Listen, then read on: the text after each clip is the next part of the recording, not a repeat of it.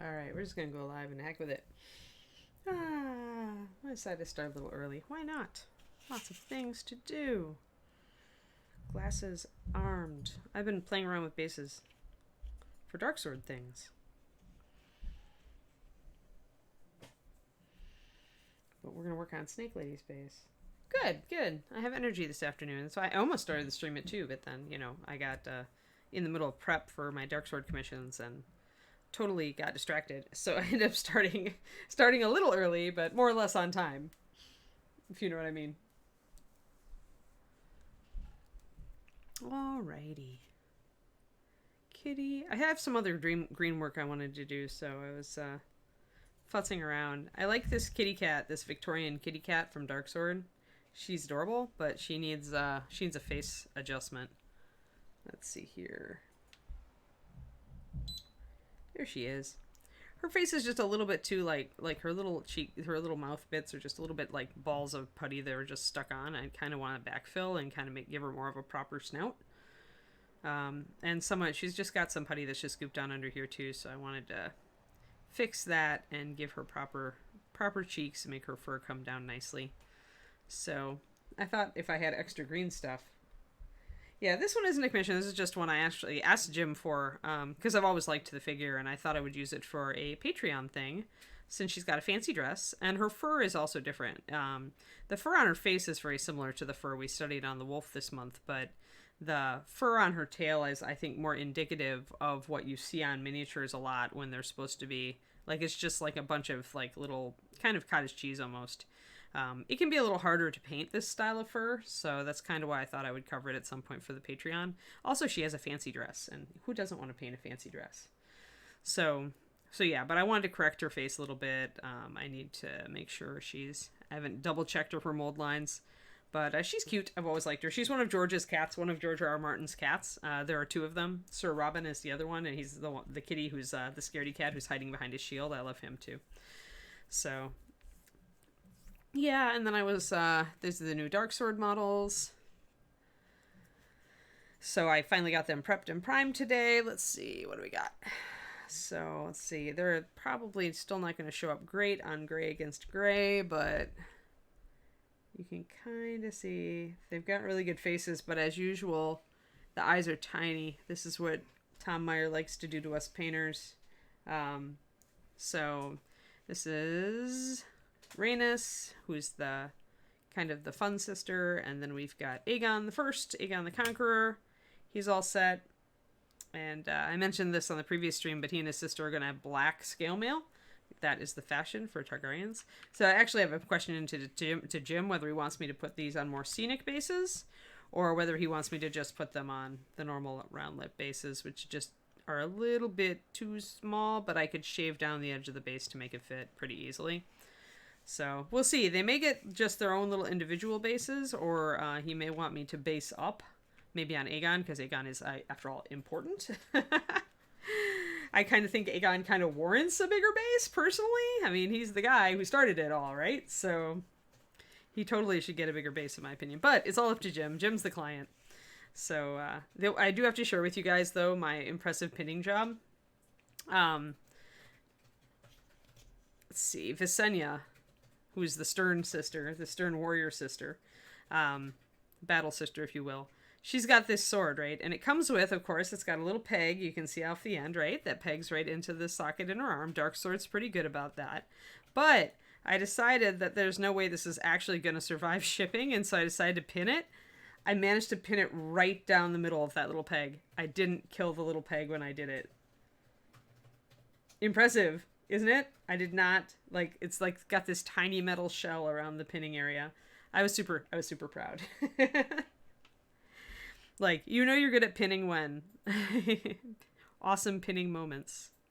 Although I do probably need to shave just a little bit off the top now because it isn't fitting quite as well as it did before. But yeah, so now I've got her sword because she's kind of like bringing it around.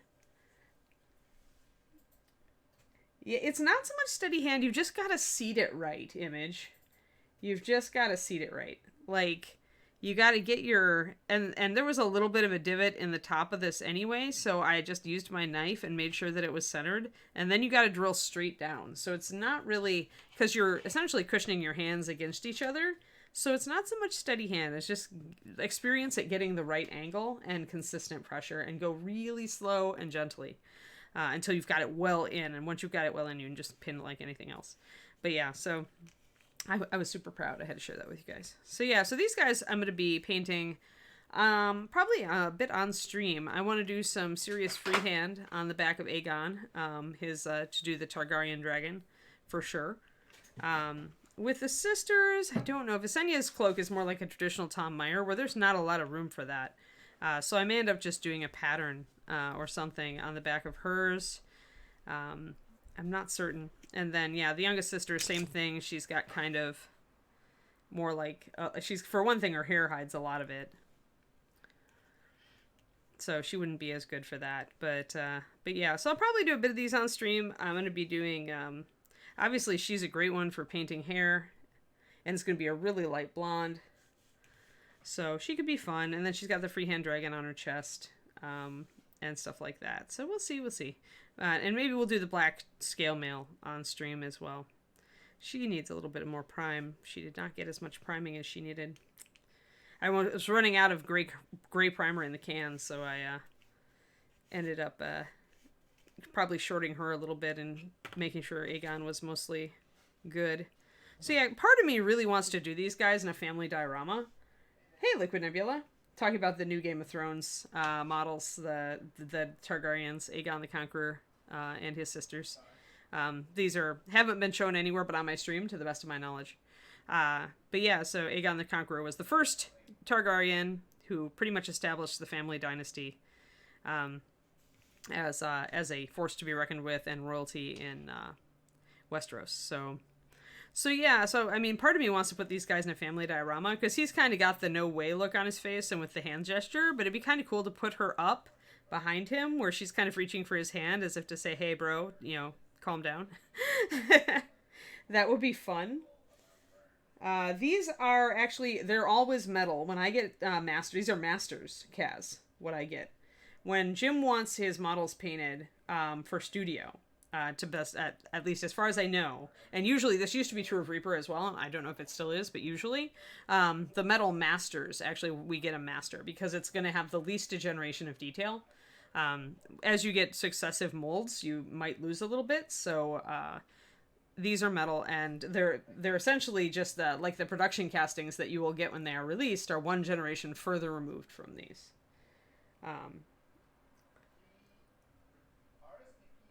No one has dared to paint them.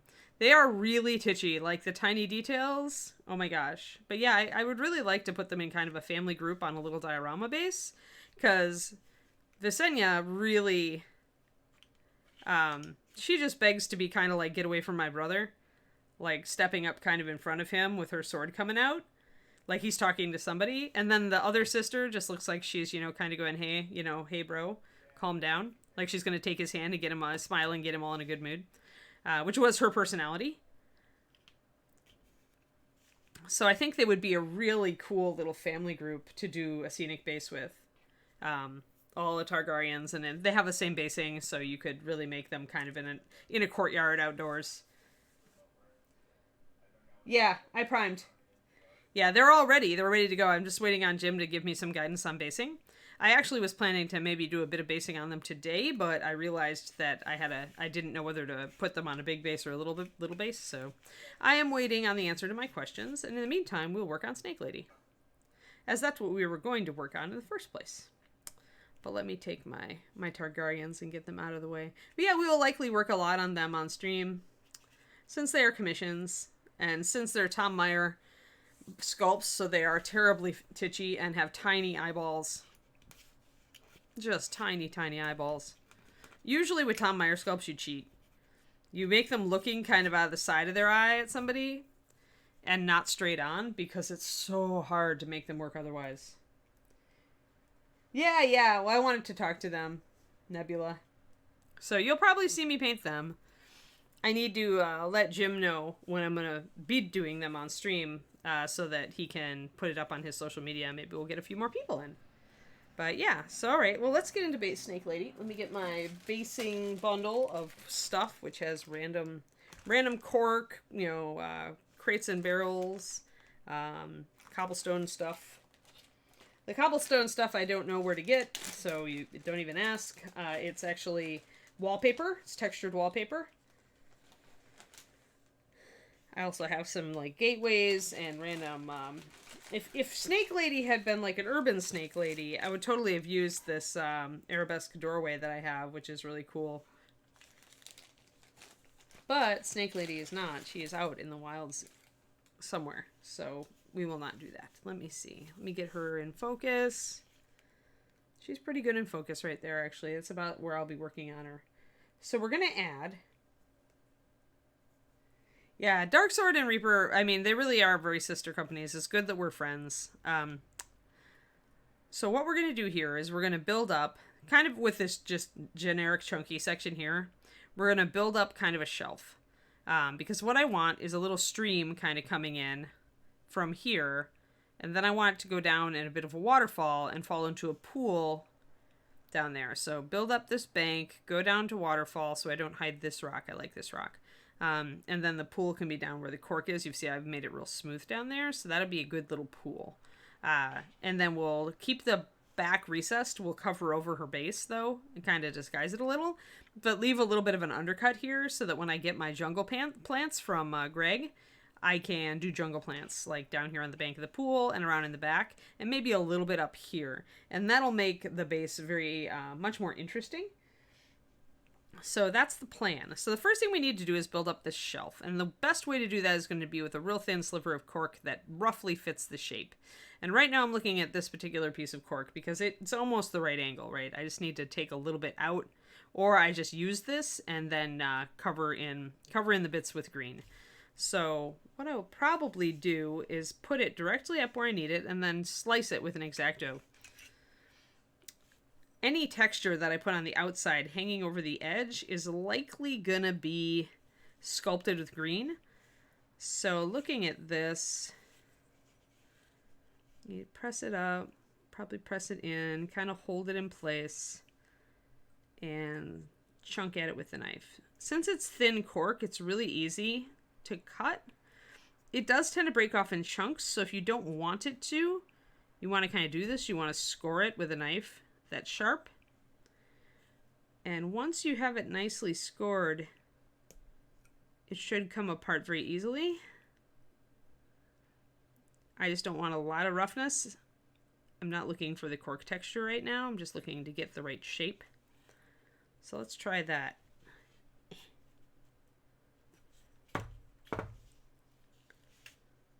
So you can see the crack there. That's roughly that shape.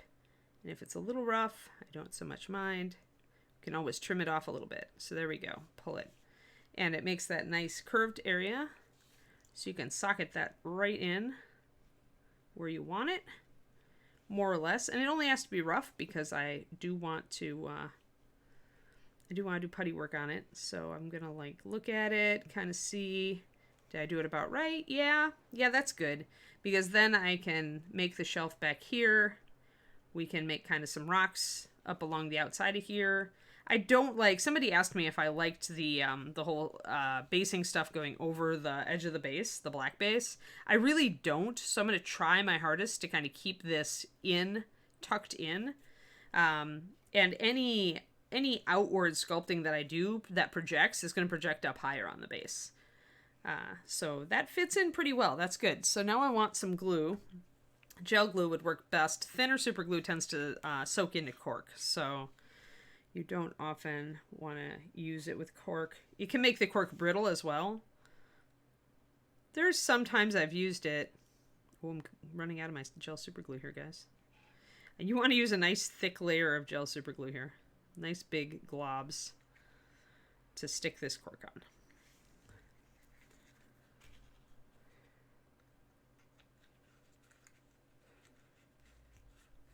Yeah, Dark Sword and Reaper have been friends for a very long time. You may recall that our first Kickstarter, We actually have Dark Sword do a level with our DVDs. The DVDs that me and Jennifer did, and Marika, and I think Alexi Z. Like, you could order Dark Sword DVDs through the Reaper Kickstarter. All right, now I gotta figure out where I want this and tuck in the bottom. If I don't tuck in the bottom well enough, then I'm gonna have to just kind of saw away at it with my knife, which is fine. Once this is set, it'll be pretty durable. I do want to kind of curl the cork around and try to make it fit the area I want it to fit.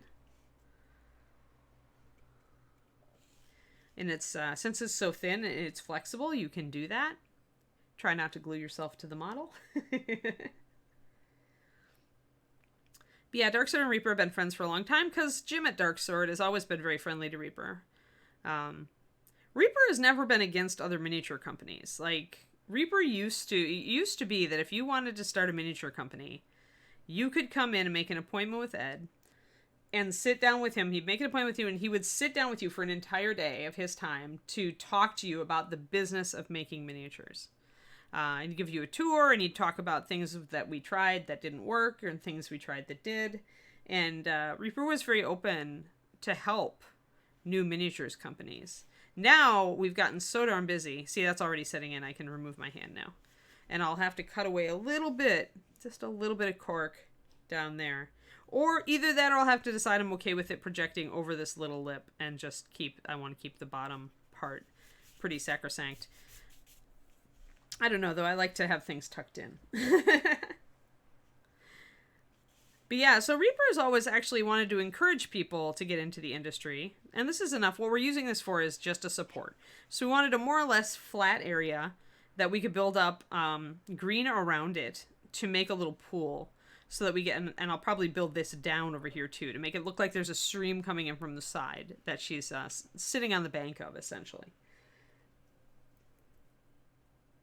Yeah, I mean, Reaper's always been in the school of thought of the more people, the more miniatures companies there are, the more places there are for people to discover miniatures through, right? And that's what Reaper wants. In Reaper's view, that's good for everybody. The more places, the more entry places there are for somebody to get interested in miniatures, the better.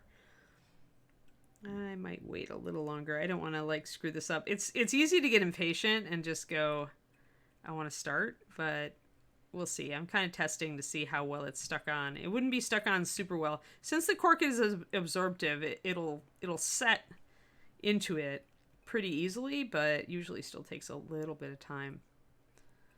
So instead, I'm just going to kind of scrape away some of this stuff near the edge that I don't want here. Which is pretty easy to gouge those little bits out without disturbing the rest of the cork. Just be real gentle with your knife. Cork is so easy to work with. It's just such great basing material, and you can build up so much off of it. I'm really getting to like kind of the natural shapes you can get from starting with cork and then building up putties of various types on top of it. It's just such a great filler and bulk builder that doesn't weigh too much and doesn't weight your model down. There we go. There, that's got a nice clean edge now, more or less. Maybe a little bit there. Some of that's higher up, though. And then we'll build up on this. There. I wanted to do this on this stream because, one, I like her enough to do... Hey, Strange. On the subject of setting, do you ever use CA glue accelerator? No, because it makes the glue weaker, Shadow Raven. The problem with accelerators is that they weaken the bond. So that's usually not what we want with miniatures. Especially if it's a very small bond. Like, I would never use accelerator on something like her wrist. Not ever. Maybe if you had a really big model, maybe. But I usually don't feel that it's necessary. I mean, it's the impatience, right? And I guess there's some models where you might want it, but it crystallizes the glue. I don't know. I'm just... I used to live by it when I was, a college student. I loved it because I was super impatient. But then once I realized how fragile it made the glue, like compared to the regular bond, I stopped using it. That and, it's more toxic chemicals to inhale. More fumes. None of us need more fumes. Oh, gosh, no. I made affiliate, Strange. So, I can take subs now. So I have some emotes. So I did make affiliate, but to make partner, probably we have to hit a certain. I think we're pretty well like on the road, but we need to get a certain amount of people watching every stream, and I think it'll take time to build that viewership, but that's fine. That's fine. Like partner like gives you stuff, but mostly what I wanted was the ability for people to sub to me and to do emotes. Uh so I got that, so I'm gonna work slowly toward partner. I will say that the Twitch dashboard is a little bit too obviously modeled after a video game. Like it definitely makes it feel like you're going. They're called achievements, and you're going for achievements, and I'm like, oh, it's World of Warcraft. So congrats Twitch for successfully making this feel like a game. But yeah, so I'll just have to work on it a bit and build a viewership. The thing is that it's always a question. With me, it's always, I could be streaming or I could be doing other things. It takes a lot of effort to get to partner. It takes a lot of work. And so, I'm just getting my green figured out, guys. Yeah, 75 average viewers, exactly. Yeah, making partner is very hard for a USA mini painter. Yeah, thanks, Strange. Yeah, it's the Xbox model.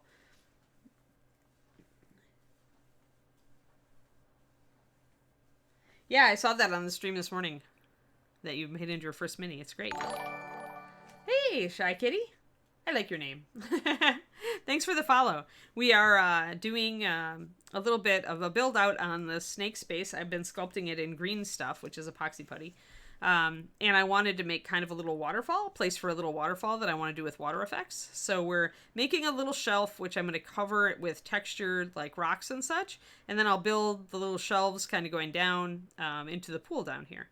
So that's what we're doing. I'm about to start mixing up green stuff. And so I'm going to take a sip of my water so it doesn't stick to me. Hi. It's nice to meet you, Shy Kitty. So if you haven't seen me before, I'm Anne and I work for Reaper Miniatures, but I also do my own stream. And this is my own stream. But I also stream every weekday morning on Reaper Miniatures Twitch, which is twitch.tv /Reaper Miniatures, all one word. All right, epoxy putty. And this is basing stuff. So we don't really need to use the usual thing which I use, which is, using more yellow than blue. We can actually go a bit heavier on the blue. It'll cure a little faster, but I'm expecting to be working pretty fast. The other thing that using more blue does is it makes your putty, for one thing, cure a bit harder, and it also is a little less sticky. The yellow is the stickier part. So I can go higher with blue and go about maybe 2/3 yellow to 2/3 to 1. About like that. That's about my ratio right now. And we'll try this out. You have to have at least a little bit of each. I don't like to go more than a ratio of 2 to 1 either way. So usually if I'm doing like gap filling where I need a really thin putty, then I'll do a lot of yellow and do 2 to 1 that way. But I've never pushed the bounds and seen how little yellow you can use to get it to work. But you can tell you can see already how much darker this putty is than the green stuff I was using at the beginning. And that's because I'm actually going to be building a bit of bulk here. So I thought I would like to go with a little bit more resilient putty. Yeah, if you're just getting into miniature painting, Shy Kitty, or you're wanting to get better, what my streams are pretty much are knowledge bombs. I've been painting for decades, and working for Reaper for almost 2 decades as a staff painter, and I designed their paint line as well, Reaper Master Series paint. So I teach a lot. Less so now that COVID is a thing, but so I like to teach, and so I usually talk a lot during my streams. And I explain what I'm doing a lot, even though this is my stream and I'm just working on a project that I'm kind of happy about. I can't help but put on my teaching hat. So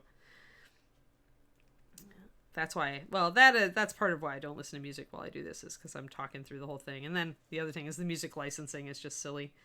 So I'm like, all right, so I want to do kind of like this, just a glob. And we're going to turn this glob into something awesome. So I need my sculpting tools. Otherwise I will not be able to turn the glob into something awesome, and that would be a dang shame. All right, we need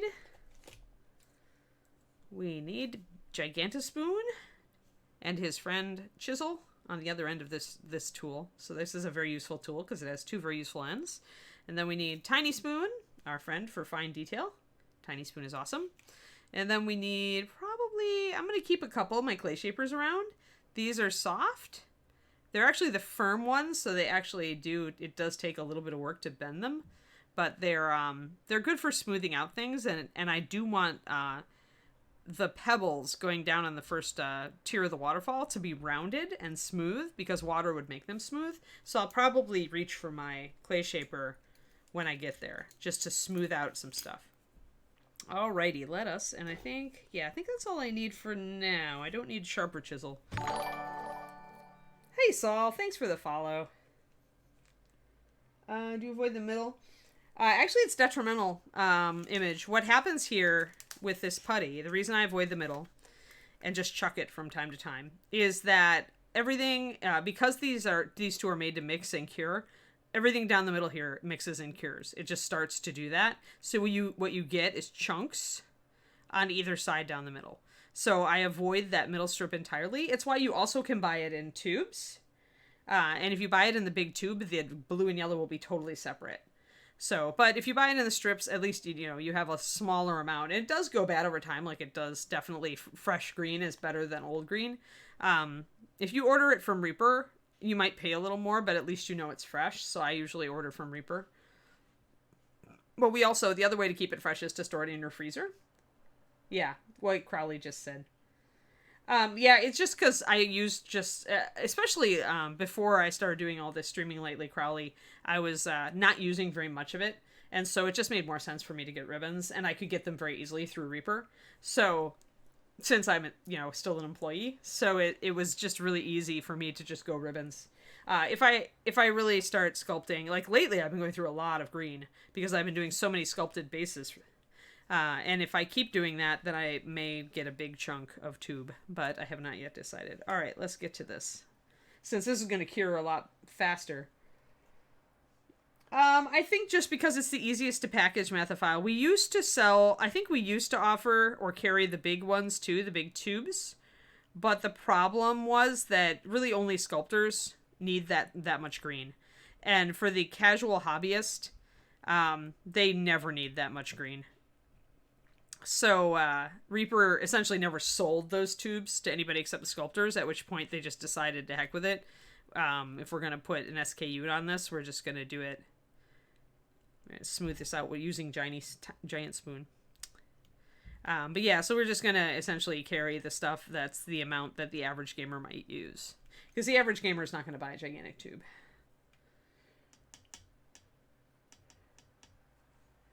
But yeah, I mean, even though it cures down the middle, I mean, obviously you've still got a lot of putty that you can use, and a little green goes a long way. So this, for those of you who may not be familiar with green epoxy, it is how a lot of miniatures used to be sculpted before the advent of ZBrush.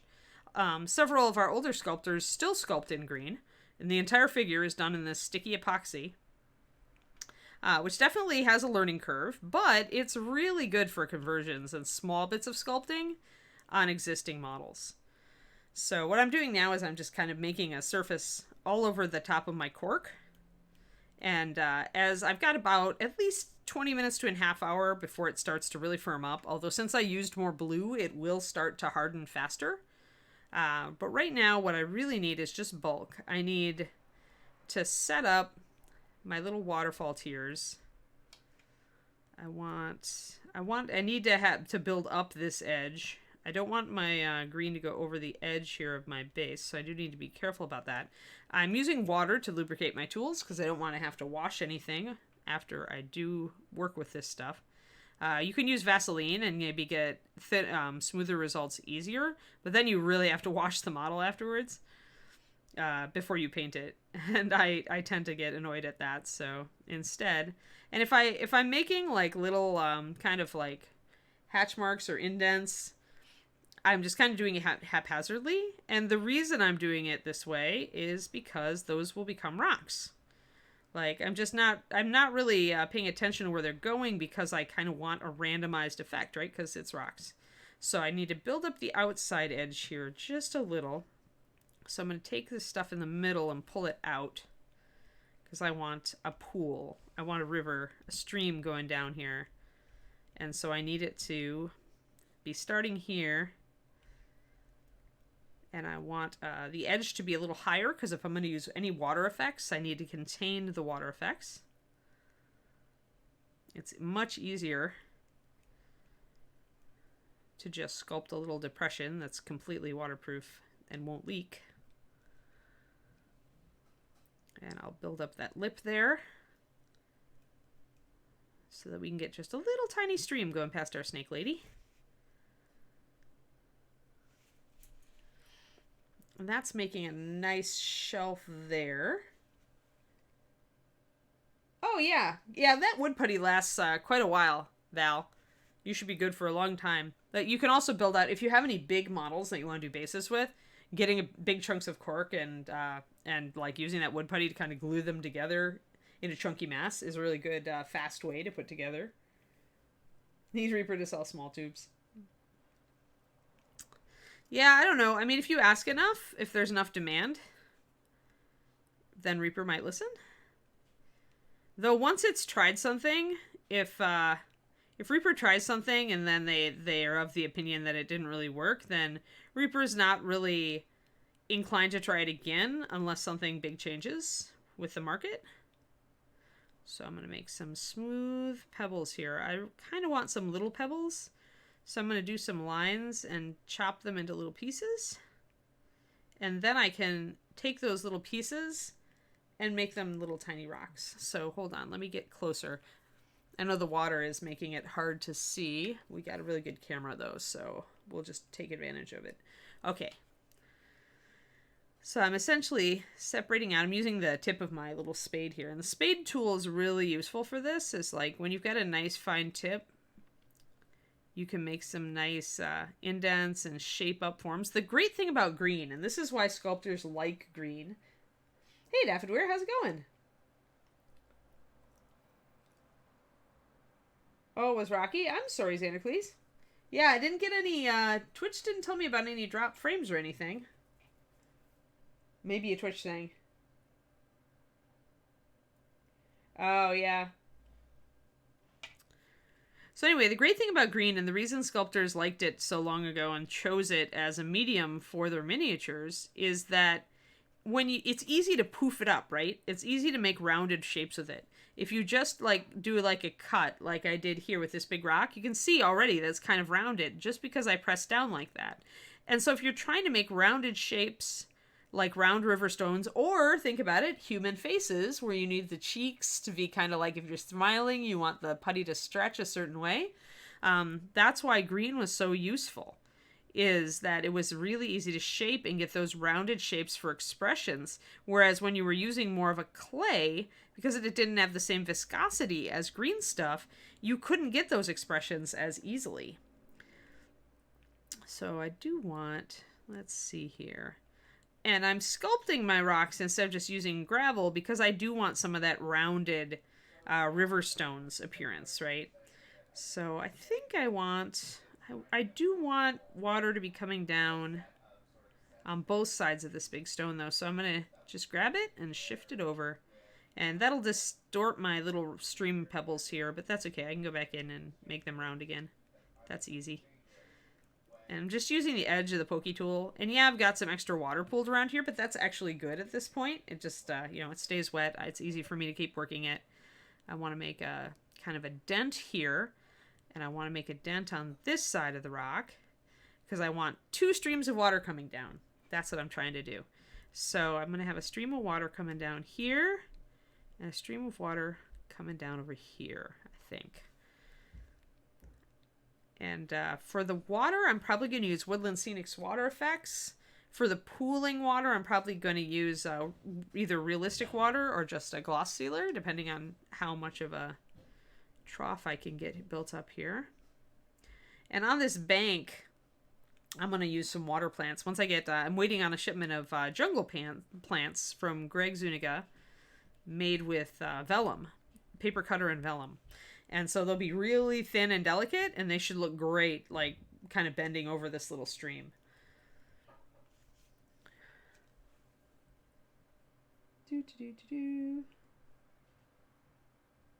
Yeah, which is always a crapshoot. It's true.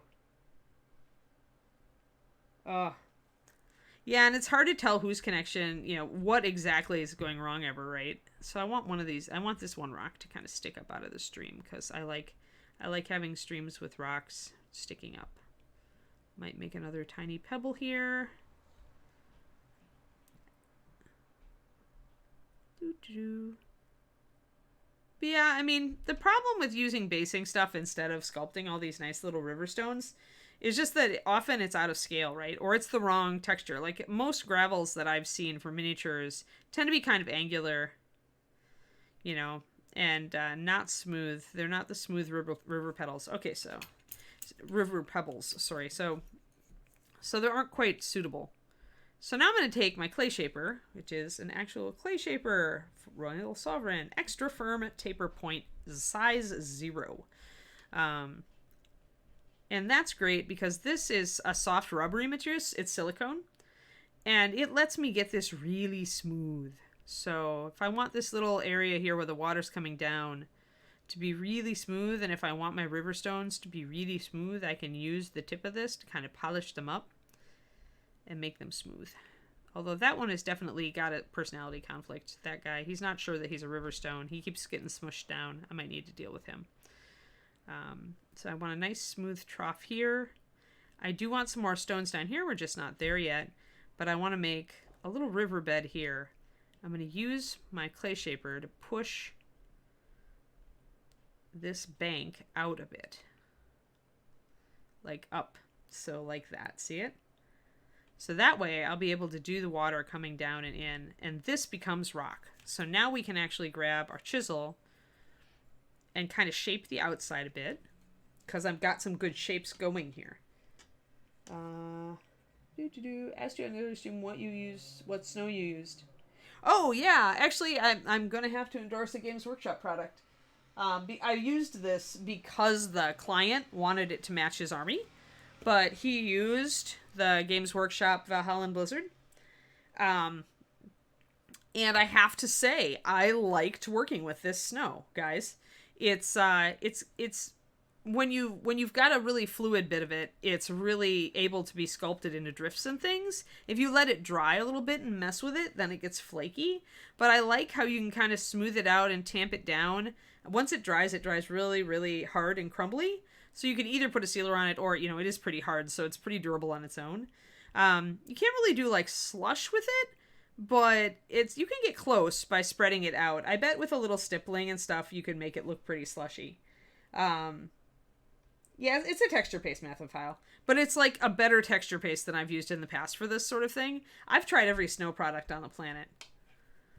And most of them just aren't to scale. And this is a lot more to scale. And it's not toxic like the other. There's another product out there for really fine slushy effects. But it's definitely do not breathe it. You have to wear a ventilator to use it. And I hate that kind of thing.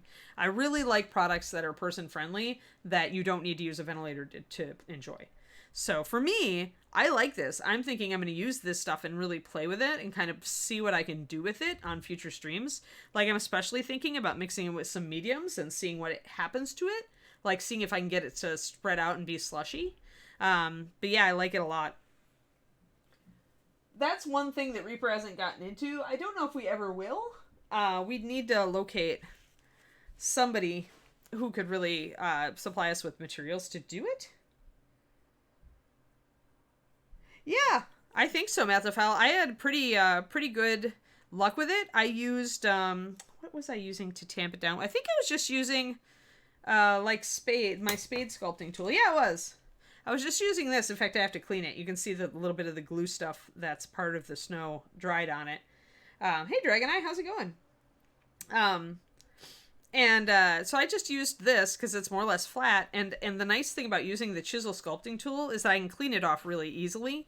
And also, it's fine enough tipped that I could scoop just a little snow off and put it up on the side of that base. So it was really, really useful. But yeah, I have to say, I'm going to mess around with this snow. It's more in scale than Woodland Scenics, and it's not toxic like the other stuff I had. So yeah, I'm intrigued. I've had a good experience with it, so that means usually that I'm going to mess with it a little bit more. All right, let's get this looking more like a rock. We want to kind of indent it, make it more kind of, let's make our waterfall, I think I want to make our waterfall come off of a tiny little spout. Little tiny spout. Let's try this. I want it to be fairly small, then to spread out. Fairly small aperture. So bigger stream with a smaller aperture for the water to come down. We can make these into rocks as they should be, or at any rate, a bank. So we want to indent a little bit. You can see I use a lot of sharp edge tools because that's how you can get these naturalistic forms, these cuts where you can create a rock really convincingly. And then because it's flat, you can use it to press and make like an irregular, you know, kind of sedimentary rock, or make two rocks. It's just easy to work with. There you go. See, I made a little rock. It was super easy. Those of you on my $15 tier for my Patreon have, of course, that's one of the first things we did for our dragonkin was we made a base for him. All right, so we're going to make another little rock here, a rock there. The water's going to come down there. I need this to also be a rock then. I'm going to make more of an angular rock there because it just seems to want to be an angular rock. Might as well go with it. If you make a random shape and it looks right, just go with it. There. And then I think I want this rock to come over a bit. I can also mix up some extra putty to build this bank out down the road. I may want to do that because I don't know that I can get a nice overlapping stone right here right now. I can press up that bank though and make it just a little higher just by, and I want to dip my, remember, always keep your tool a little bit wet so that it doesn't stick. And if you get a big puddle like that, a big puddle of water on your base isn't a big deal if you've done what I've done and just laid down this huge chunk of green. At this point, just putting that big puddle of water on here just makes it spread out all over the green that's existing. If you're trying to put green on top of green, you never want to do this because then the layer of green you're trying to put down is not going to stick to your underlying layer because there's all this water on it. But now for this sort of application, this is just fine. I'm going to be absolutely peachy with this. So I'm making kind of a couple of rock layers here. And I'll do more. This'll essentially, this sort of texture will go over the whole thing.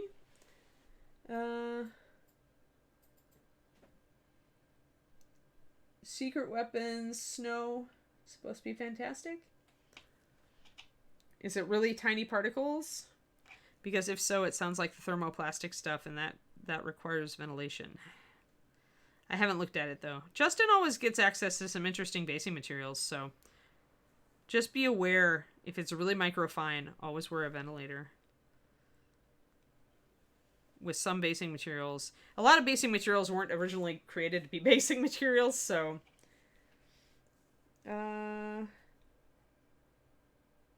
anyone know if woodland scenic snow is sponge? It's not sponge or sawdust. It's like a flake. It's almost like a soap flake. Mathophile. It's kind of translucent, especially when you put stuff over it. It's like, I don't know. It's different. It's not like sawdust, or it's not fully opaque. It's translucent. But it is definitely like bigger flakes. So I've used woodland scenic snow on some bases for bigger models, but I generally, when I've used it on bases for smaller models, I haven't been as pleased. So I'm always looking, everybody's always looking for new ways to do snow bases. So you can see it here. I'm separating out these rocks. Just making little bands of stone and earth to kind of suggest a stony edge here. Hey, Planer, how's it going? Oh, is it glass? Yeah. Oh, that's bad. Yeah. No, Shadow Raven, I don't blame you. If it's actually glass, like, I'm sure it makes fantastic snow, but I just am never a fan of gaming supplies that can be dangerous. I'm just not. There's too many kids in this hobby, and there's too many kids who want to get into this hobby, and who maybe don't know how dangerous some stuff is. So that's kind of why we went so non-toxic with Reaper Paint, because we really... we're conscious of that, right? We want kids in the hobby. We want this to be a family hobby, something that you can do as a family. And But yeah, oh, super fine glass. Do not inhale. I have not tried Woodland Scenics. Woodland Scenics is not super fine. I've often wondered if you could grind the Woodland Scenics stuff to be finer. Like, that's something I haven't tried yet. But I do like the GW Snow. I'm going to keep messing around with the GW Snow. Talaran Blizzard or whatever it is.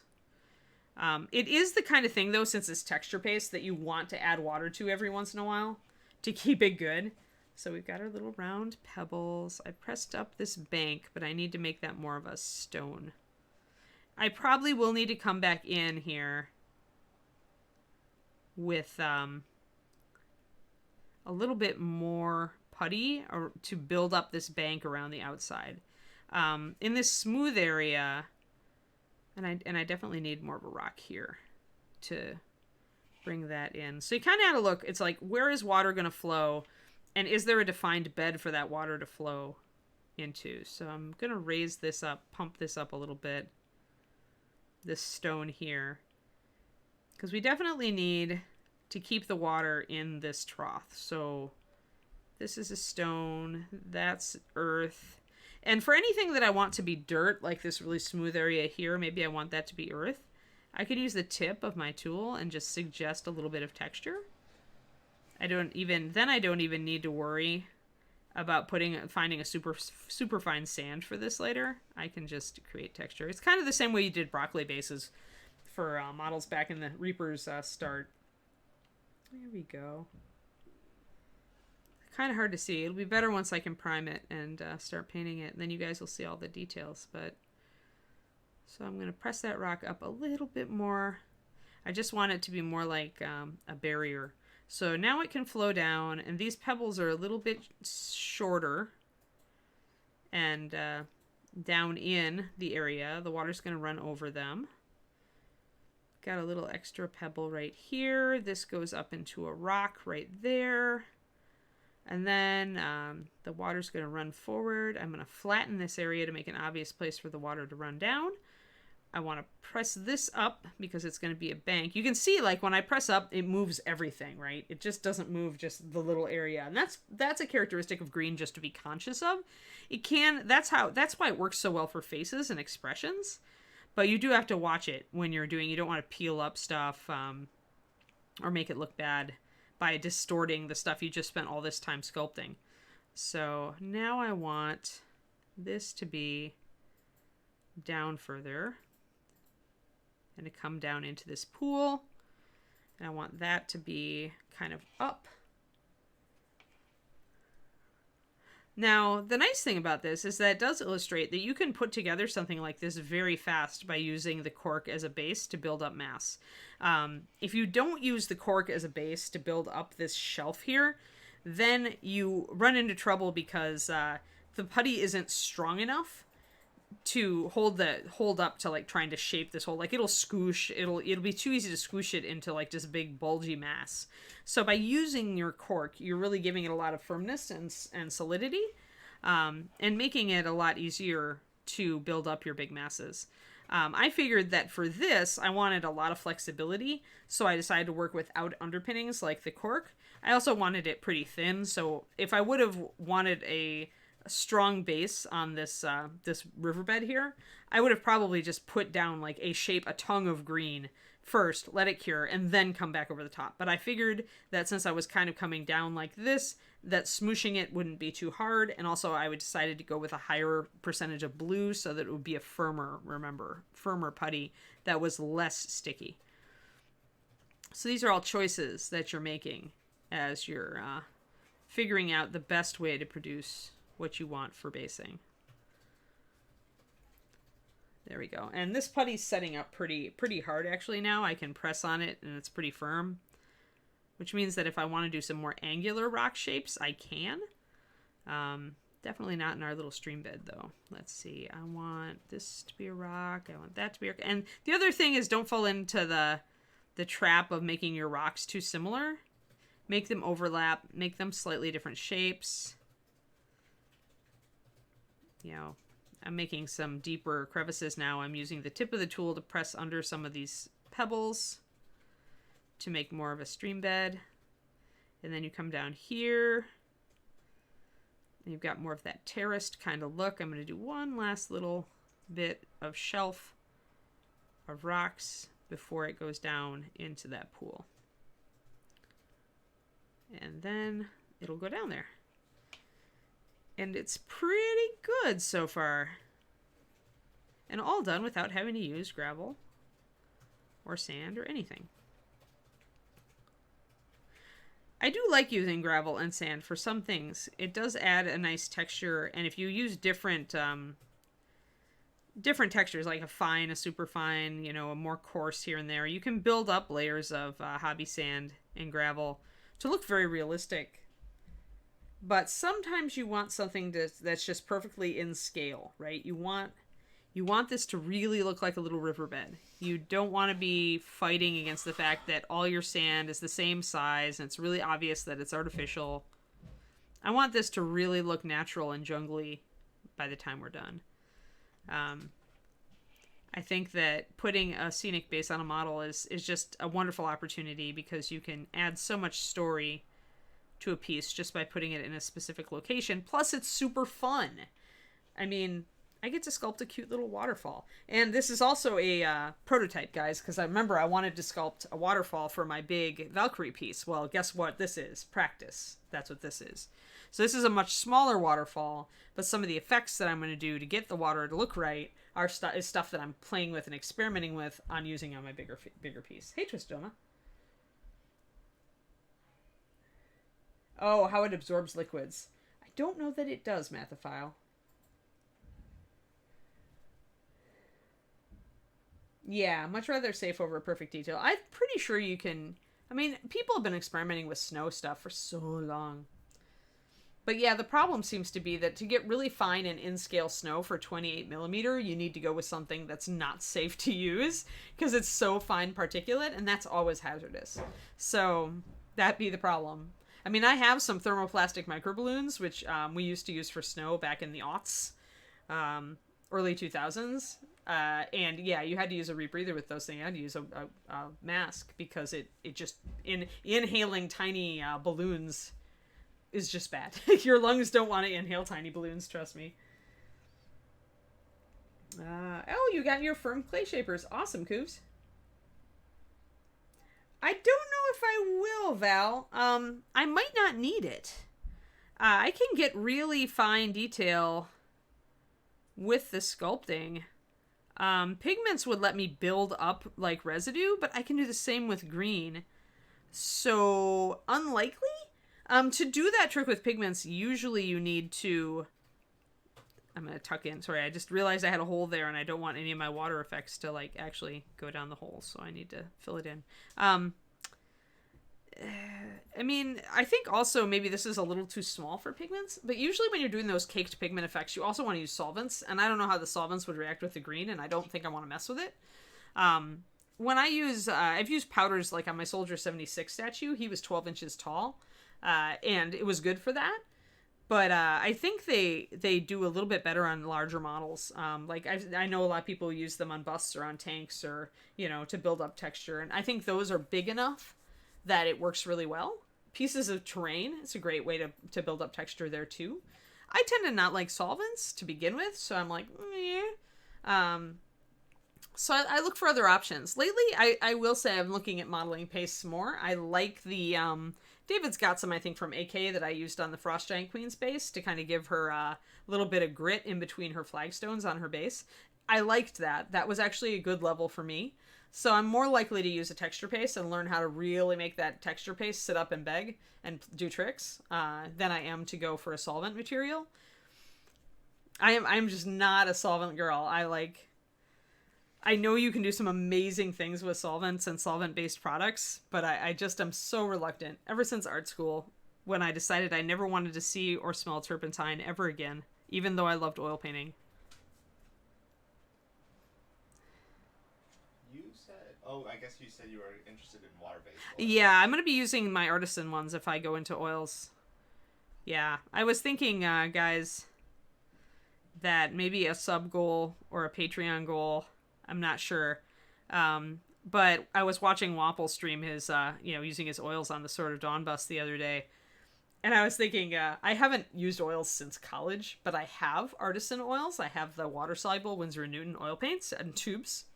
So I was thinking for a goal, like if we hit 1,500 on my Patreon, maybe I will actually paint a bust in oils. For the first time ever, screwing up through the whole thing, just for you guys' entertainment.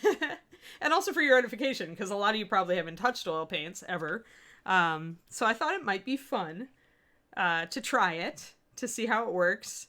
And I have a bust that might work for it. That's pretty simple, but I don't know. I'll look at all my busts and I'll see what I've got. Even odorless Lord Zyphurius. Odorless is not completely odorless. I have odorless mineral spirits. You can still smell something. It still has fumes. I use them for colored pencils, but I don't use them very often for colored pencils. But I do actually have odorless mineral spirits. I just prefer not to. I just prefer not to use solvents unless I have to.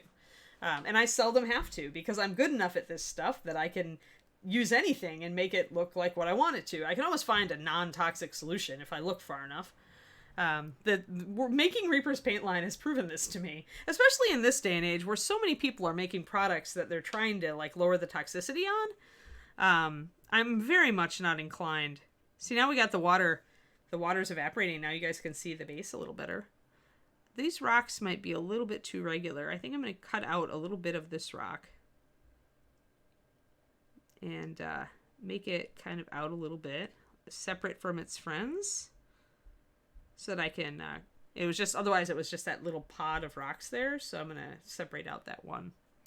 Now I've got water on it again, so it's harder to see.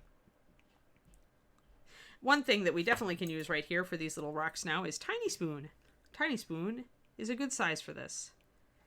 Tiny Spoon is very good for going in and kind of punching the barriers between these rocks, separating them out, making little tiny detail, maybe getting this little rock a little bit separated from its friends, because if you group them all together, they look less natural, although they'd naturally kind of group up on the, where gravel's being taken down from this upper shelf. That's another thing, is study rivers if you're going to paint one or sculpt one. Study stream beds. Look at them and see what they look like. But otherwise, I'm pretty... There we go. Now you can see it. So we've got some stuff going on. Do I use anything to make the green stuff less sticky or set more slowly? Unfortunately, those are mutually exclusive usually, Lord Zyphurius. I mean, there may be products out there I haven't looked into, but I actually did this with a higher level of blue. You can see the difference between the earlier green stuff that I was using and then this green stuff. I did this with a higher level of blue. Hey, Art of Mike Disney! How's it going, Mike? Thanks for the follow. Yeah, we're hanging out on my own stream today.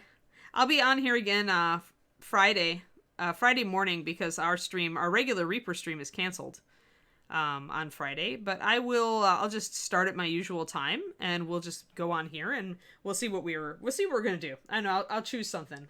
We'll do something fun. But yeah, there we go. Now we're in. So I was saying, Lord Zyphurius, mixing more blue in here essentially made it less sticky, but it also makes it set up a little faster.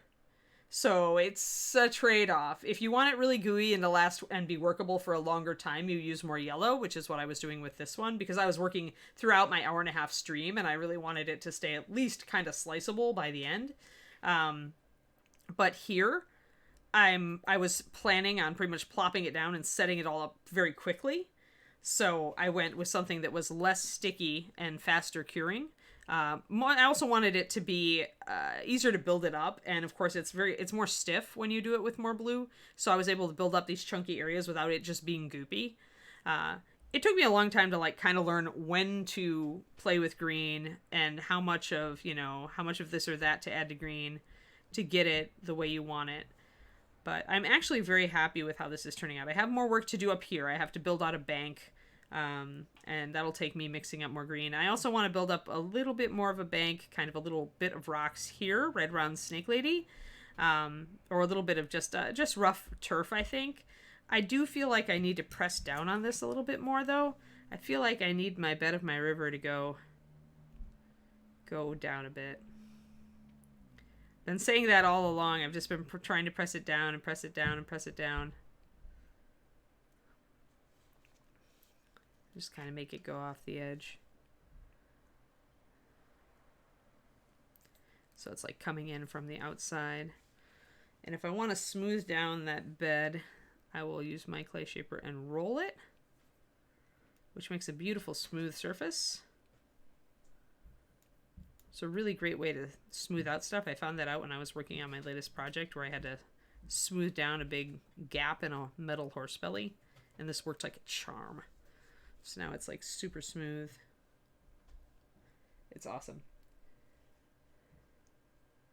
Yeah, I mean, experiment more with it. If it's too sticky for you, Lord Zyphurius, what that usually means is you want to let it sit longer before you work it. Like Werner Klock instructed Jennifer and I and Marika into like how to do hair once, and he was like, do your basic form, just get it in kind of the shape of the overall mass of hair, and then leave it, for at least 15 minutes. Let it set up. Then you do the locks. Then you let it set up. Then you do the fine strands. Because at that point, the hair is stiff enough to handle you doing the fine strands without distorting what you've already done. If you want it to cure slower, but you still want it to be less sticky, but you still want to extend drying time, the answer is probably to use more yellow like I did here and just wait a little longer before you start working it. It still will probably last a little longer than this. Although this blue mix, I did about a 2-to-1, and it's still working pretty well. I mean, I can cut areas in it like that. That's just, at this point, I can actually do fine detail on it because it's set up, and it's hardly sticky at all. But I can still work it. So yeah, mess around. I mean, I was so frustrated with green for so long when I was starting working with it. It was about the time I was setting out to be a better painter too, and I was playing Warhammer, and I wanted to do some conversions because they didn't make some of the stuff that I wish I had, and it was just so frustrated. I just gave up for a very long time. But over the years of just kind of playing with it here and there for filling gaps or whatever, filling gaps with it is actually a really good instruction for how it works and how green tends to set up. There we go. So once we paint this, I think it'll look really cool. But yeah, my best advice with green is just don't give up. And keep in mind it takes some patience. Like, you almost want to do like a big base like this where you can just mess with it. And as you continue sculpting rocks, it's of course, it's curing, it's setting up. And you can experiment in each new section with how much can I still manipulate this? How much is this set up? Would it be better to wait longer, or how is it 10 minutes from now, that sort of thing. Just mess around with it, and hopefully mess around with it in a non-stressful setting. So don't choose like the model you really care about that you have to sculpt this base for, that you're going to give as a present to your parents or whatever. Don't go do it that way. Pick a model that you kind of just like to do a scenic base on that would be kind of fun, and just play with it.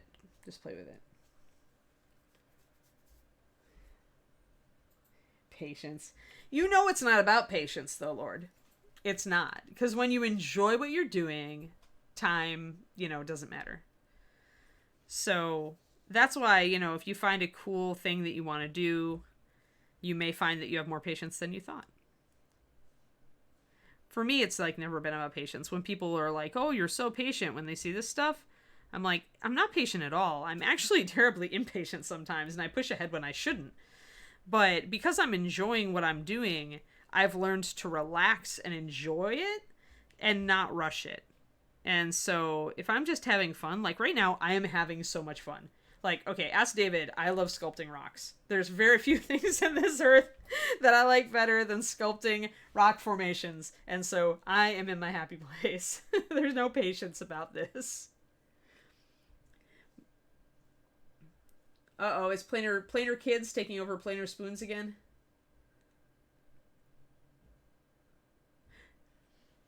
The school's in session. Oh, I thought it was a kid complaining about going to school. Oh yeah, playing with green stuff base stamps, and that can give you a really good setup, right? Like, it's even better if you start with one of those and then you add your own bits, right? So, Guns N' Roses. most of these green stuff to make repairs. Yep, and well, and that's good practice too, right? Because you're still learning, you're working with it, you're learning how it goes, how it works. Motor City Ray is a rock star. I was in school. You guys. Oh, your boys are in bed. Well, you're safe then. But when you start complaining about being in school or asking why you have to go to school, I'm going to suspect your children of taking over your computer planer. Am I a rock star? You know, we used to call it back in the aughts when Jennifer and I were winning Golden Demons, we used to call it the rock star world of mini painting. You've got like your prima donnas, and you've got, you know, your high profile rock stars, and you've got your people working hard to like get up to the next peg of it and doing their gigs, you know. So we always call it the rock star world of mini painting. And the people who didn't know were just like, what? It's like, no, you don't get it. It really is. I see. I get it, Planer. Sorry, my bad. I'm just glancing at chunks of chat from time to time, trying to catch questions.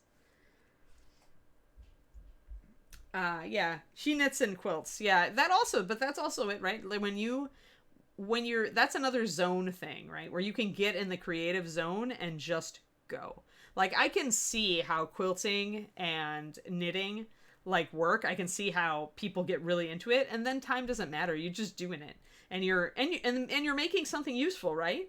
I mean, miniatures are useful too, but you're making even something differently useful. Like a quilt can actually, you know, go into a family and be an heirloom for generations, and it's a really creative thing. And Amanda at Reaper, if you guys know Amanda from Reaper, she quilts. She does really creative stuff.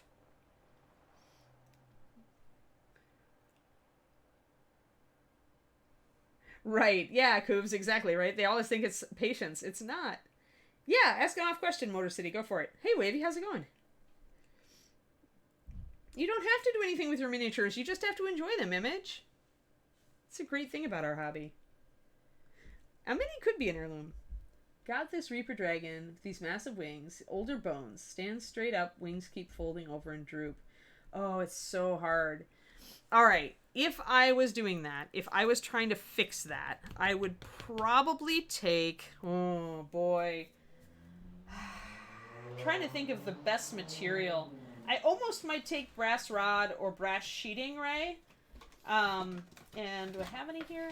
Normally I have this stuff lying around, but I probably would take brass rod or brass sheeting and try to like prop up the struts of the wing. Like maybe even sculpt over it. You might need to take green stuff and do it. If you can figure out exactly where it's bending, then you might be able to do it that way.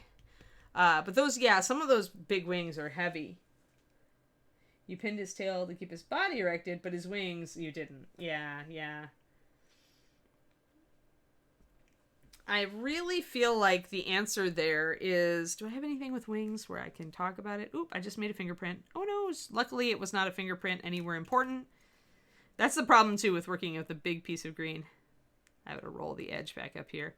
Do I have a wing? Yeah, I do have a wing. Hold on. Sphinx is up here. She doesn't have huge wings, but she has wings. So what I might do, this is Sphinx's wing. If this was gigantic, is I would probably take, like, you'd have to take a firmer wire. The problem is, that's why I almost think brass sheeting, or you might need to take a paper clip. Actually, paper clip might be the best thing because it's spring steel. And I would probably end up like maybe gouging out a little bit of the wing and putting the paper clip in there and green stuffing over the top and matching the texture. A paper clip would probably give you a bit more support. I don't know if it'd fix the problem, but it might help.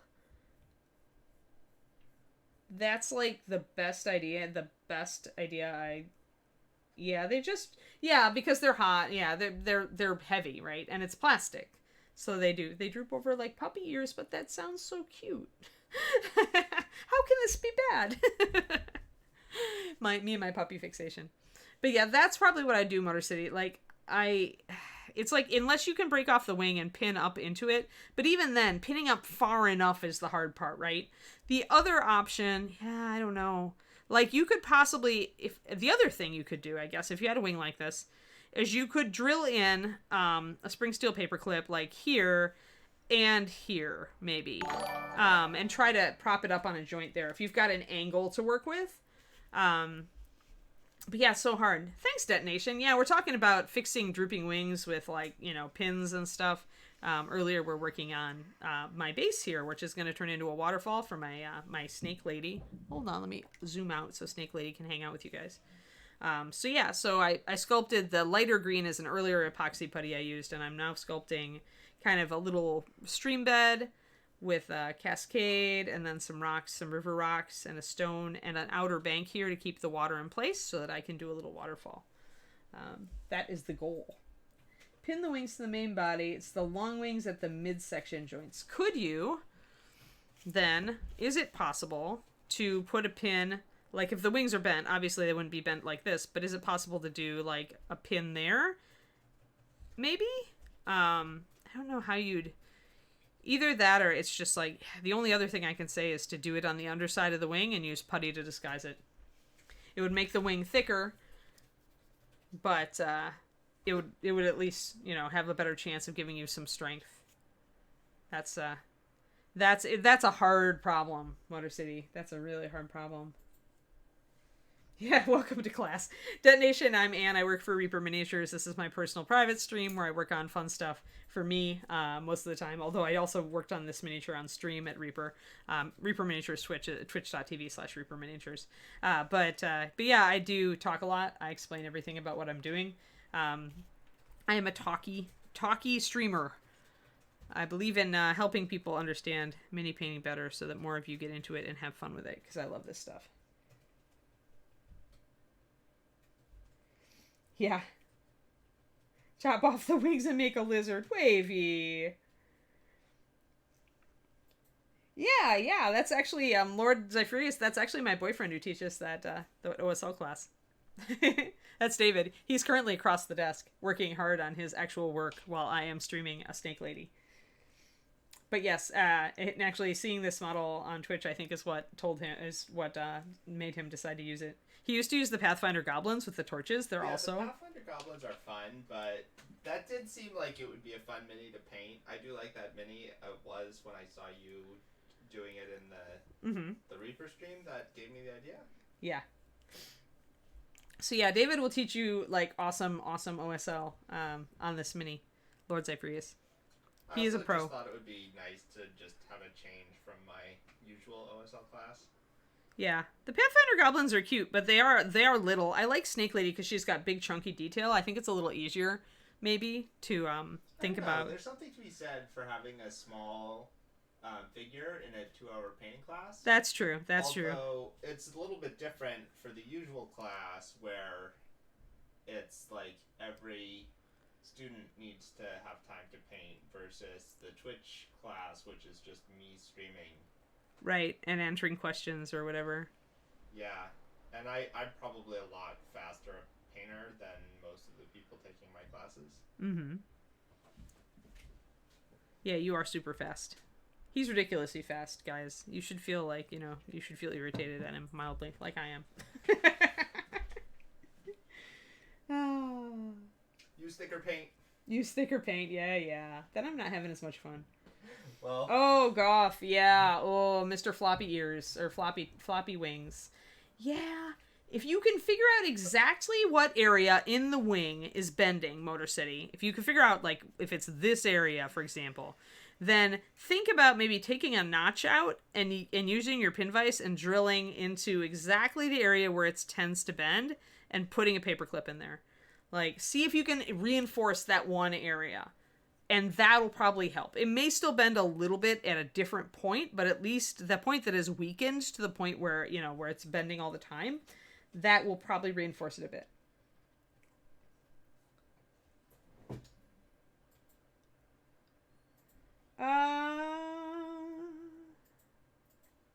Oh yeah, Snake Lady is in. I think she is in the last one.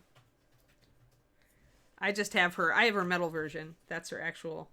But she's called an Agendra Matriarch, so if you search her on the Reaper store, you should end up seeing the Bones version, if it's there.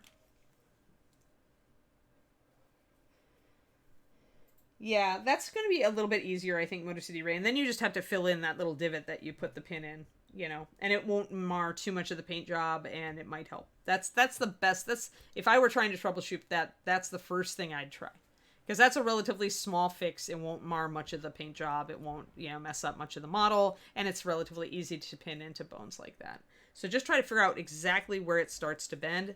Pin it from that, like a little bit before that up, and see. Because if it's been bending for a while, it may have decided that it likes to bend at that place. So if you can reinforce that place, that might solve some of your problem.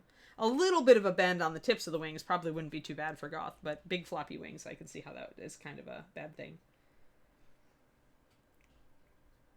Mini 86 and Bones 4. Oh, Bones version hasn't been released to retail yet. I see. Play with their crayons. I like the metal version, but I like just the detail is nice and crisp in the metal version. Alrighty, cool. Well, I think at least here I'm probably going to need to build up this outer bank a little bit still, a little bit more. It's a little shallow here. This rock needs to be taller. And I probably need to build up a little bit here. This has the advantage, though, if I only have a little bit of height on this outer bank, it has the advantage of you being able to see the waterfall from the front, right? So if this is her prime viewing angle, which it kind of is, this way at least, you can kind of see the waterfall come down. So that's good. I like that. I like that you're going to be able to see it and it's not going to be totally against the viewing angle.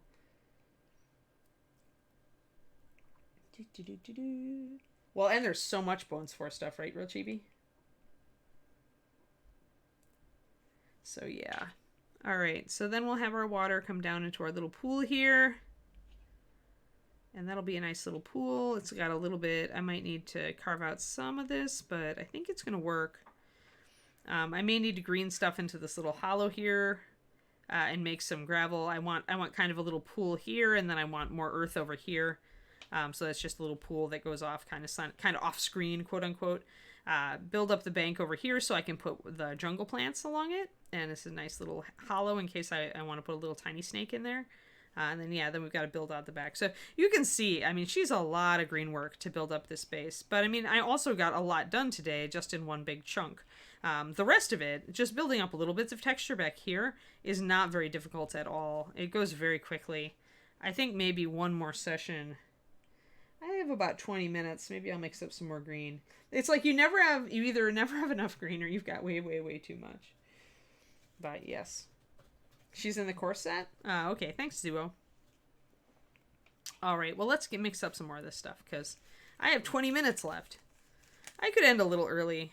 I started just a tad early, but yeah, we'll get back together on Friday, guys, here. Friday morning here. 11:30 Central. My usual stream time, but we'll be here instead of over on Reaper since Justin is busy. Let's just make a little bit of green stuff. Green stuff goes such a long way. So usually I just use my fingernail to punch out some goop. And grab some other stuff. There. We'll see how much that green takes us. It's about, yeah, it's about kind of like before. Pretty soon I'll chop off this centerpiece because it's just all cured. I don't want it. I usually keep these in like a little Ziploc bag to keep it from gluing itself to my table. Alrighty, let's see what we've got enough to do. Don't go in. I was kind of thinking, oh no, Nightbot timed out. Stop spinning caps. Oh dear. Nightbot is like saying caps are bad. Did you want it to do that? I was checking my settings the other day. I didn't realize it didn't like caps. Yeah, I don't know if I like any of the Nightbot moderation tools. So you think I should take them? Well, you are a modifier. You're a moderator. So if you and Planer, I mean, I'd rather leave it to you and Planer, but you guys don't always have time to be on the stream, so... Yes, Crowley. Don't tempt Nightbot. Come on, you guys. I'll play around with it. You all know how new I am to streaming, so we'll fix it until everybody likes my settings. I didn't realize that all caps was one of the things that it wanted to... Because apparently hamsters are liked by Nightbot. Crowley hamster. You're just pulling it, pushing it now. Yes, very dismayed face. Exactly. We will play with Nightbot. We will get Nightbot to play nice. Hey, Kiri. If Kiri gets that look on her face, I may have to go a little early. But we'll see. I just mixed up green stuff. So that's, I guess that tempts Kiri to go and decide she needs to go out a little early, huh? Oh, our AC went off. Did we plan that? Oh, yeah, I turned it off. Oh, okay. I'm getting a little warm, so. Okay. Well, feel free to turn back. It's over on the wall. I can't reach it. Oh, is it? You have magically teleported it away from where I can reach it. That's all right. Here, I'll let you mess with it. Oh, okay. The little dog needs cool air, right, little dog? I was thinking that it was cool enough just... It was earlier. Because the temperature went down that we didn't need. All right, let's see what we can do. Oh, there it goes. How embarrassing. Yeah, do not poke Happy Fun Ball. Do not tempt the Nightbot. It'll be angry at you. All right, well, let's do some green here. And I can smoosh it around and make it into something else. We'll cover up this area. And it'll give me extra green to try to make some rocks up here. So the first thing we do is just make a thin skin over the whole thing that we want green on. So that we have a surface to suggest texture with. And I kind of didn't finish filling out my stuff over here. Hey, Desert Dweller, thanks for the... Wow, a sub! Thank you! Thank you very much. That gets us one more sub toward our 50 goal. We are at, I think we only need a 7 or 8 more. I'll have to check. I think that's been my goal. And then whenever Twitch pays me, my first paycheck goes to getting Kiri toys and treats. Alright, so we're just kind of like getting some more rock texture set up here. Oh, wow, Saib, thanks! Yay! More subs, more subs! You guys are awesome. Thank you so much. Kiri's, the treats that I like to get Kiri are pretty expensive, so I was like, this would be a good goal. And after, there's the sub. There is the sub bomb. Thank you all. Thank you all. I really appreciate it. Oh, another one. Coobs! Thank you! Oh, wow. Look at our hype train. Look at our hype train. We have a hype train. Level 5. Woohoo! Oh, and thanks for the bits. Nebula is getting moderated for emotes. Okay. I think I'm probably gonna turn all of these off. Yeah, turn them off. You're the mod, so go for it. Yay! Level 5 hype train, 73%. Awesome. Thank you, Numbat. Thank you, everybody. Oh, you're all wonderful. Twisted Oma, yay! There we go. David's on it. He's a mod. He's got the little sword, and so does Planer. Thanks for everything. Oh, you guys are so awesome. Mosquito, thank you. Thank you for the sub. Now Kiri can get her... Well, when Twitch pays me, Kiri can get her treats. Well, that's a lot of treats. Varl, thank you. Thank you, everybody. Oh, and thank you, Val. Was just planning to sub anyway. Fantastic. We have serious hype train going on here. Wow. Level 5 hype train, 90%. We are so cool. Thanks, Corvée. Thank you all. Thanks for the gifted and the bits and the everythings. You guys are so cool. No setting was specified, Alpha. Nightbot is giving you lip. Well, it's saying, I wanted to know what the current Thanks, Iffy. Oh, there we go. Oh, 1,000 bits. Crazy talk, Mathophile. Thank you. That's awesome. Wow, look at that. 100%, guys. We got it. Level 5 hype train. First time. Woohoo! That's so cool. I've never seen that. I didn't realize that you could get to level 5 and that was the goal. That's so awesome. Yay! Oh, wow. Thanks, Megan. Everybody is going crazy. Oh, yes, thank you. Wait, I need to thank people. I have thank buttons. This is how noob I am on Twitch.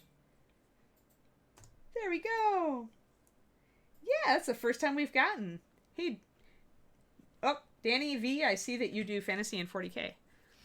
I'm working on Reaper today, but I was showing people my commissar earlier. Hold on. Let me get her on camera. This is my own camera, so I don't have to feel guilty about putting up a 40K model. So this is a commission that I just finished. Hey, Bean, thank you. You guys are so awesome. You are lovely.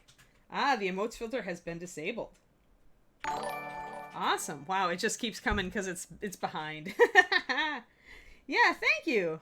Yeah, this is, so it was painted to the box art, obviously. But I did non-metallic metal instead of the metallics that her box art has on her. I love the bronze pipe. Aw, thanks for the cheer, Numbat. But yeah, so she turned out really well. She's going to her new home. The shiny leather effect is also done just with, with matte paints. So yeah, so she turned out really, really well. I had fun with her a lot. Freestyle, thank you for the sub. So yeah, I had a lot of fun with Sabrina. She is a really nice model. Like Games Workshop, the new models just have really nice crisp detail. Yeah, level 5 is the max. Aw, you guys are so awesome. Thank you so much. You made my day. Now I'm going to have a happy day for the rest of the day because you got me to a level 5 hype train and got me so many subs. Thank you so much. I almost feel like a real streamer. I even have a mod who's sitting and tweaking my mod settings. This is so great. Alrighty. Wow, we got seriously above our... So we're 173% of our level 5. Oh, wow, we got emotes. This is great. Awesome. More emotes. We love emotes. Sweet. You guys are so cool. I have so much fun hanging out with you. So let's see. Shall I get the Tyranid out too, guys? Because these guys are going to get mailed off this week, so I won't be able to show them off anymore until I get more 40K commissions. Here we go. Let's back out. Back out, Tyranid. There we go. There you are. So, again, painted mostly to box art. But he turned out really, really well. So, yeah. I do 40K commissions. Oh, thank you for the cheer. Oh, we got a level 5 hype train emote. Awesome. Choo choo indeed. That's fantastic. So yeah, so Tyranid, I have a client who has several 40K armies, obviously. And I like painting Warhammer stuff. So I almost wish I got more commissions for Warhammer stuff. But obviously as Reaper staff painter and paint line designer, people know me for doing other stuff. But I do enjoy the Games Workshop models are quite, there's some quite nice ones now. Maybe I can work on our, what is it, the Beastgrave? Yeah, we have Beastgrave stuff. Maybe I can work on those, because I really like those. Alright, let's press this green down before it, all solidifies and I have to chop it off. Thank you, everybody, for all of that hype train. That was crazy. Thanks, Nobat. Yeah, Danny, it's Danny V, right? Danny 5, Danny V. Definitely paint yours. Those were both really fun models.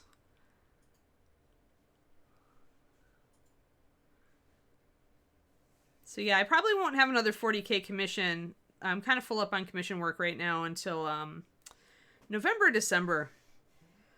The client who ordered those said he might have something else new for me to work on, but of course I could get other commissions from other people too. But yeah, I need to put pictures of those guys up on my website and spread the word that I actually do like painting 40K. Used to do all sorts of it for eBay. Alright, so we've kind of got our green stuff put into a rim around there. There's so many corgis. Yeah, you just have to send me an email, painting.big1 if you want to get on my commission list. And I'll let you know when I have an opening. I am not cheap, but I am good.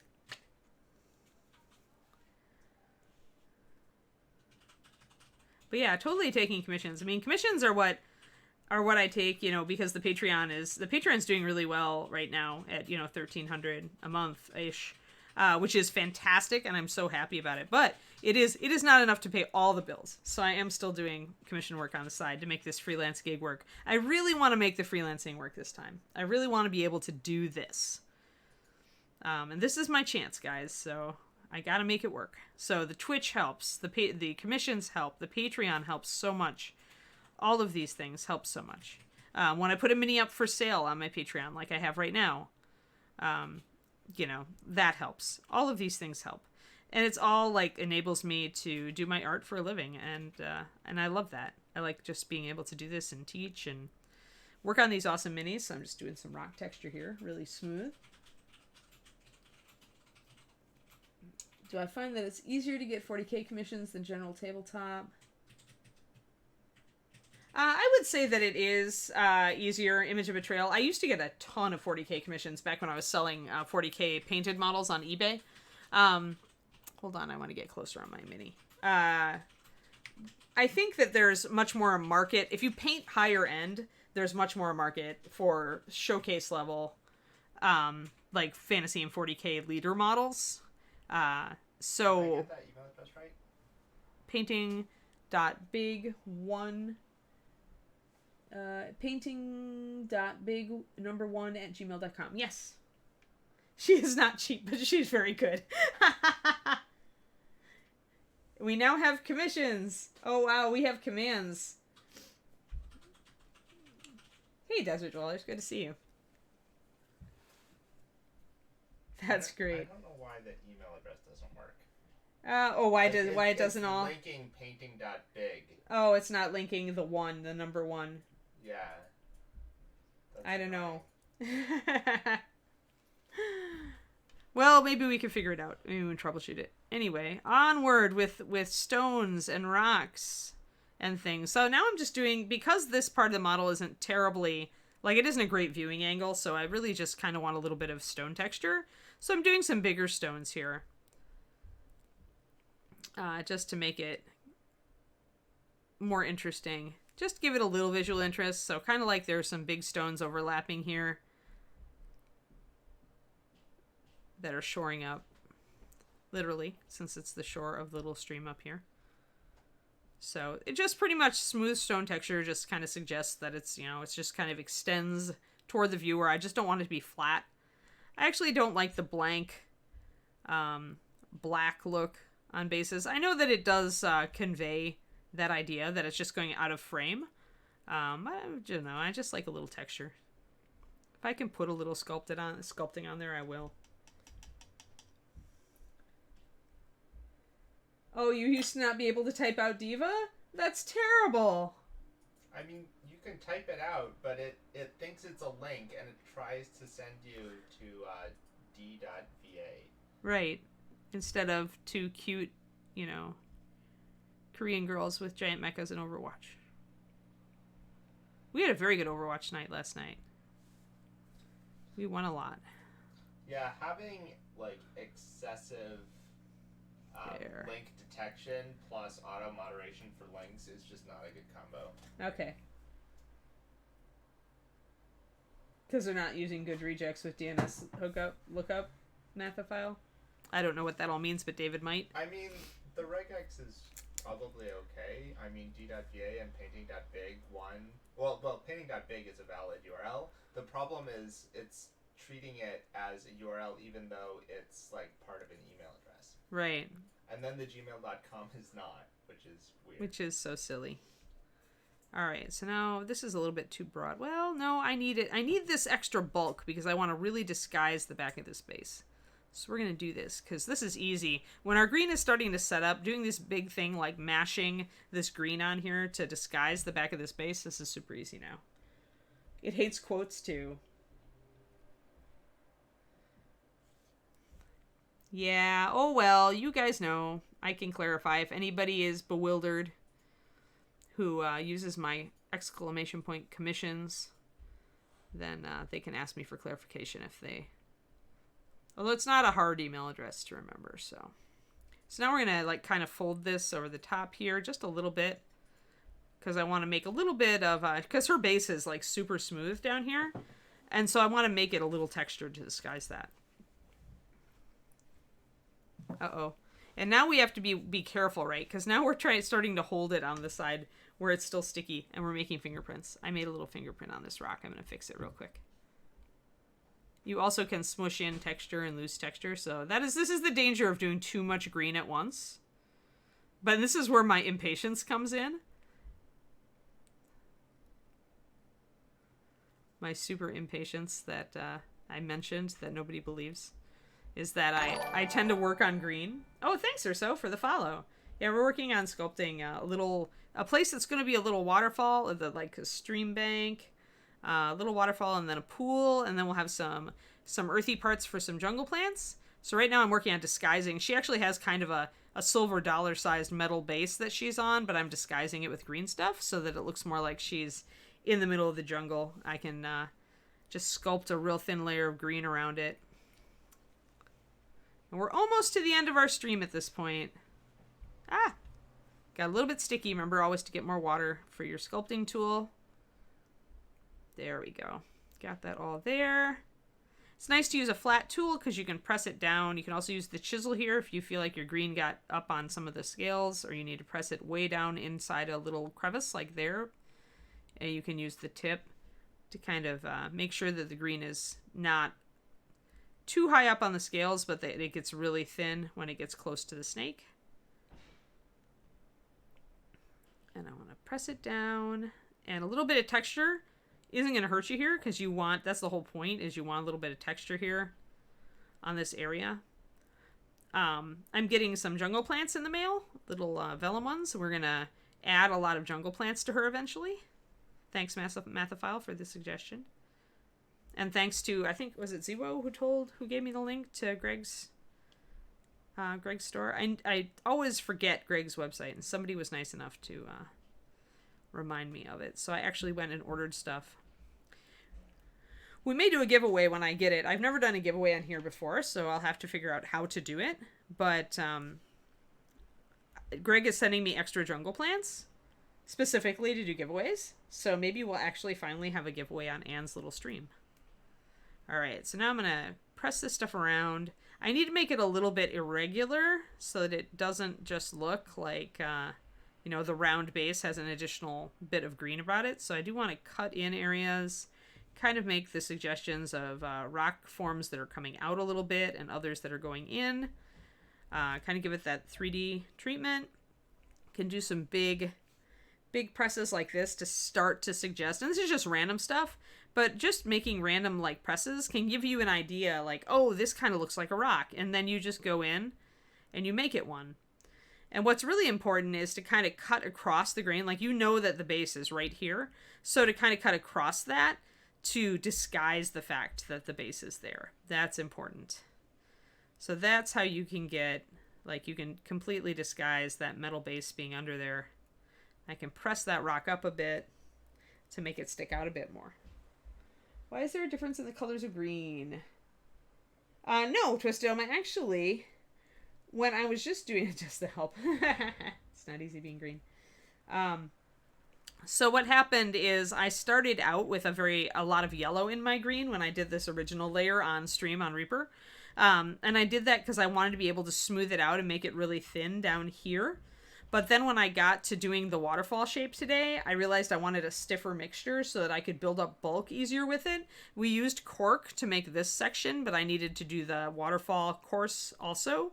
So to do that, I wanted a stiffer green. And so I went with a higher percentage of blue in my green, which is I usually don't do. But because I'm sculpting massive stuff and I want it to have some bulk and I want it to not get gooey, when you mix a lot of yellow into the green, you can spread it really thin and fine, but it also gets a bit gooey. So I wanted different characteristics to my green stuff today, and that's why. Recruit David to code up the giveaway. I may have to do that. Nightbot has giveaway support. Yeah, it does.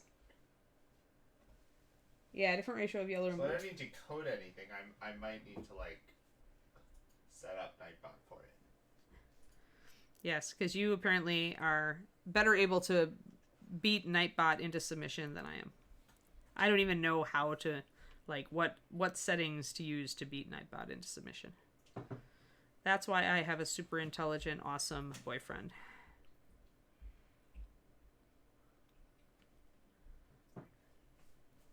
who helps me out with a lot of things, which I really appreciate. Alrighty, so we've at least got some blocked in shapes back here to kind of make this little cave work. I might just squish the green up and leave some of the cork down there because there aren't going to be any water effects down here. And the cork does make a good natural earth surface. So I want to squeeze this. I want to kind of press it into the cork, smooth it out. I may want to use an extra piece of cork to kind of texture this area. It makes a good texturing tool. Usually better when the green is softer, which is another reason I went with the more yellow green over here, is I was using the cork as a texture tool. Yeah, there we go. Okay, so I've got to figure out, there's my base. The last bit of base. Can cover up the last bit of base. Thank you for helping, David. All the stuff.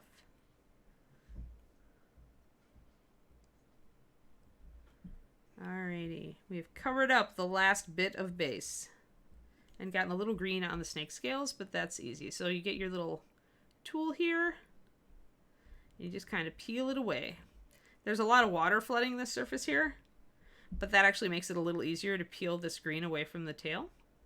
I just want to make sure that I'm not covering up any scales. I want it to go right up to the bottom of the tail. So it's kind of easy to carve off this green with a lot of water there because it tends to make little particles, and then you can kind of just pluck it off or pull it off. So you're essentially making the annoying tendency that it has to separate when there's a bunch of water on the figure work for you.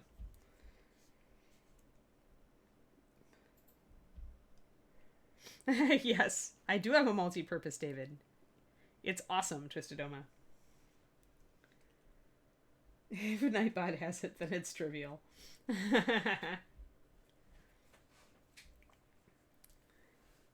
A Swiss Army David. You are a Swiss Army David. Everyone appreciates you massively. And Kiri is like horfing. She must have inhaled a piece of fur in her sleep.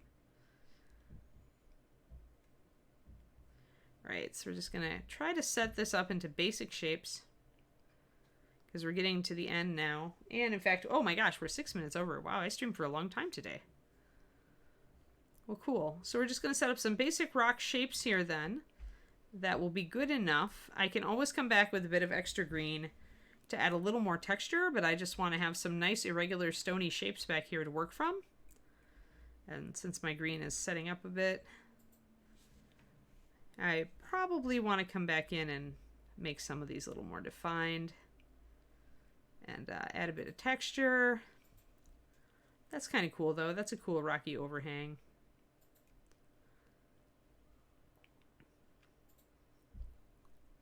I think I want to make that a big rock. And kind of make that come out a bit. It's a big rock.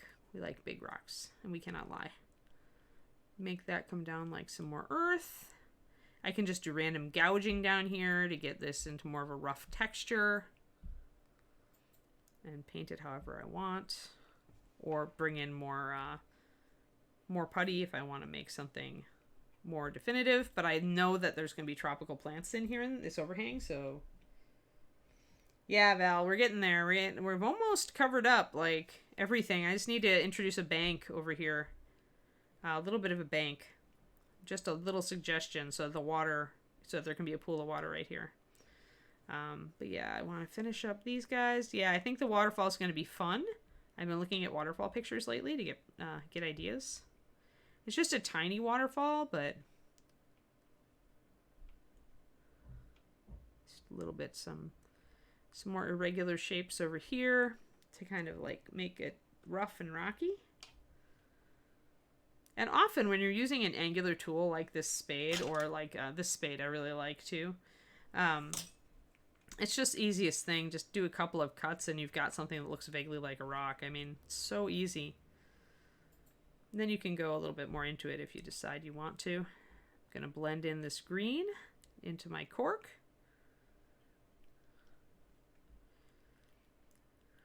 Do a little bit more texture work up on top just with the tip of my spade up near the tail. God, this is a little bit too wobbly. Sometimes it's just a little bit too like rounded and it looks like putty. You have to come in and just kind of add some irregular planes to it. Cracks and fissures and make it look a little bit more rocky. Boop, boop, boop. And some of this stuff, if you're subtle with it, it's easy to go subtle. You can always accentuate it with paint later. Or if you don't like it, you can always putty over it. So there we go. Press it down. We've disguised our snake base. We've created a nice overhang. I might bulk up the overhang just a little bit over here in the future. But overall, I'm pretty happy with today's progress. Let's zoom out and give you snake. There we go. Let's get the whole snake. So exciting. Exciting. Oh no. Shadow Raven, the OSL is going to be pretty subtle when it gets down here. The rocks will pick it up. The water will definitely pick it up, just a little bit. So I am going to think about that. I am going to think about my tiny little water and, you know, how it might pick up this light. It's got to be, it's going to pick up little bits of it. It's probably going to be very dark water, except where it's picking up those the little lights. The challenge is going to be painting all of this so that the light effect carries, right? That's been the challenge all along. It's why it's fun. But yeah, so there'll be definitely some water reflecting some light down here. And I probably need to kind of look at examples of that. We'll just make a little waterfall in my sink and we'll get a candle and then we'll look at what happens. Maybe I need to build a tiny fountain. I've wanted a tiny fountain for a while. One of those like little in-home fountains. Alrighty. Yeah, for like 2 seconds, Francis, because we just finished sculpting all this stuff and now I'm going to go and take Kiri for her walk. Because otherwise the little dog will explode and we don't want dog explosions. Yeah, singing happy songs is good.